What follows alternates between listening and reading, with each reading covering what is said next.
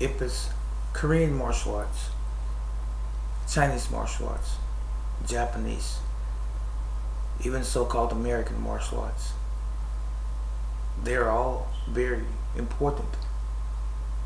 Never assume or presume that what you study is the absolute truth. Every martial arts system and or style has something to offer because it comes from different history and perspective. We, as practitioners and even instructors, don't know it all. We engage, or we start out on a journey, I should say. And on that journey, we need to find what is useful for us, the individual. I've been fortunate to study boxing, judo, jiu-jitsu, karate, tung sudo, taekwondo, Chinese martial arts such as Wing Chun and Bagua, and so forth. This is not a badge of honor. It just simply has been a privilege to have been a part of many of those systems. One of my great grandmasters told me, great grandmaster Quan Wan An, he said it's hard to study just one art. It takes a lifetime to study just one art. This is true. He told me that he admired me. But to study one art means to really embody the traditions, the culture, the techniques, and the forms, if there be any. It can take a lifetime, just about. But to study and train in the concepts, the thing that makes it work, is a totally different issue altogether. For example, if you go to a karate school, it could be Shotokan, Goju-ryu, Isshin-ryu, Chito-ryu, whatever the system is of karate, and you tell the instructor, I would like to learn your style. It may take you a decade to potentially embody that system and or style. Stop. Let's rewind now. Hypothetically, let's go back to that school and you ask the instructor, would you just teach me self-defense? I don't want to learn kata. I don't want to compete in tournament. I don't want to know the system and its history. From that standpoint, I just want to know how to defend myself.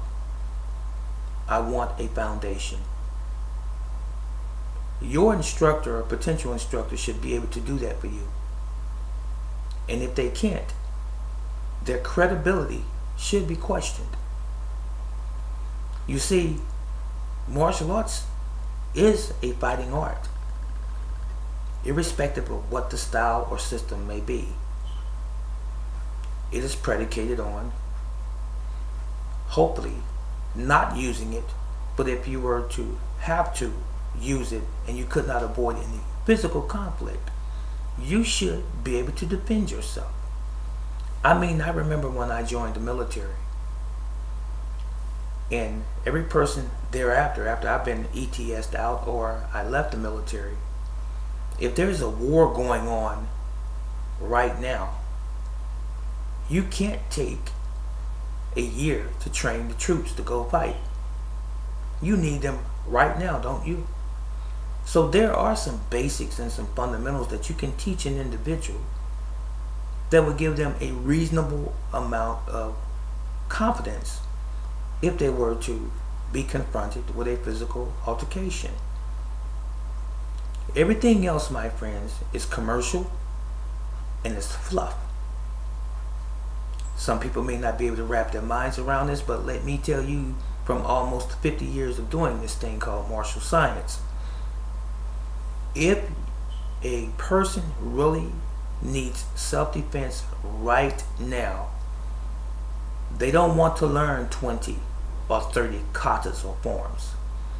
They need something that person that's been harassing them or threatening them on the job or in the home or in their neighborhood or the recreation center or wherever. They need to know that they have a reasonable chance of defending themselves if they had to. And to tell them that, well, you have to come to class 4 or 5 times a week before you can learn how to poke a person in the eye. Or you have to come to class 6 months before you can even really say you know self-defense. That's a bunch of bull. That is not true.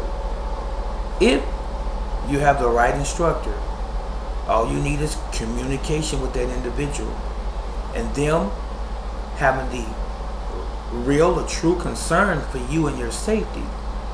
They will teach you how to protect yourself no matter what the style or system is. And it's not going to take you a third of your life to learn. We must understand this. A lot of us have been misguided and misinformed about martial arts. You must realize that there's always a human being behind every organization, every vocation in the world, to include martial arts.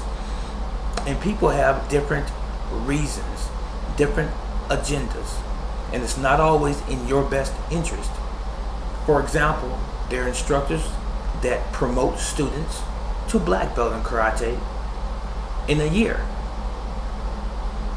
It doesn't take that period of time to receive a black belt in most instances, especially since my era that I came up in, it took 3 to 5 years. And there are some instructors that will promote you to black belt in 8 or 10 years. Why? Why does it take so long to achieve a certain goal or level in the martial arts? I know someone's going to say it depends on the person. It most definitely does depend on the person. We're all different. We're all individuals. And our capacity to comprehend and to learn and be able to apply is all different. So that's one of the variables. But if you want to learn self-defense, it doesn't take a decade to learn self-defense. You can learn enough self-defense in 60 days and at least have the concepts down in 30 days if you are serious as a potential student and if your instructor is serious about giving you the tools. So I know I kind of scrambled around, but I'm talking about how you should be looking at the martial arts as a means to protect yourself. Now, I showed you initially me going through this series, or montage, if you will, of techniques. I was in a Chinese posture from Wing Chun and Tai Chi or Bagua. Then I went to the karate aspect of it. I went to the Chinese aspect. And you need to listen. What is your reason for learning martial arts? Some people say to build confidence. Some people say to get in shape. Others will say to protect myself. Some will say to learn how to focus. And I guess the list can go on, but those are some of the basics. Martial arts, regardless of what style or system, it should become a way of life. It has been mine for nearly 50 years. A couple more years, it'll be 50 years I've been in the martial arts. So, with that said, if it's boxing, if it's Wing Chun, if it's Tai Chi or Bagua, if it's Judo or Jiu-Jitsu, if it's Aikido, it doesn't matter. if you put your heart in your training and you learn the foundation. Note that I said foundation. Every system, every art has a foundation, and the foundation is predicated on science, physics. It is based on science. Fighting is a science. You must understand the human body. You must understand how it works. You must understand how to off balance a person when you're in balance and when you're not in balance, and when your opponent is in balance and not in balance. You must understand the organs and the system and the breathing. You must understand your technique and how it is applied, when it is applied, and speed and perception. There's one perception as to, we're talking about timing now, for example. One perception is when you acknowledge that you're being attacked. That's timing number one. And we're talking about response. So when you acknowledge, and these things happen in milliseconds, I'm about to be punched or kicked or grabbed, or someone is about to encroach inside my space. You must first timing and perception to see that. And then the next timing is your response to what is done. So you acknowledge or you recognize that you are in danger. And then you respond to that danger. Two timings. You must learn how to recognize and respond appropriately. Those are two key elements to survival in a street confrontation. You must understand distance, what is kicking range, what is striking range, what is grappling range. You must understand these as well. You must understand how not to watch always your opponent's eyes. It can be deceiving and even intimidating. Instead, you watch the body. That way you are not influenced by facial expressions or even things that they say to try and intimidate you or throw you off of your game.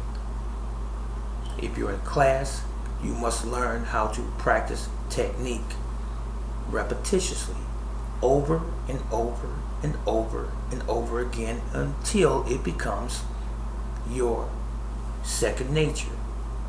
In other words, it becomes automatic. Mushin, notion, mind of no mind. When you're in a confrontation, when your opponent attacks you, you respond. You don't think, you respond. And that response is a direct result of your training. How you train in your class is how you're going to respond in an actual physical confrontation.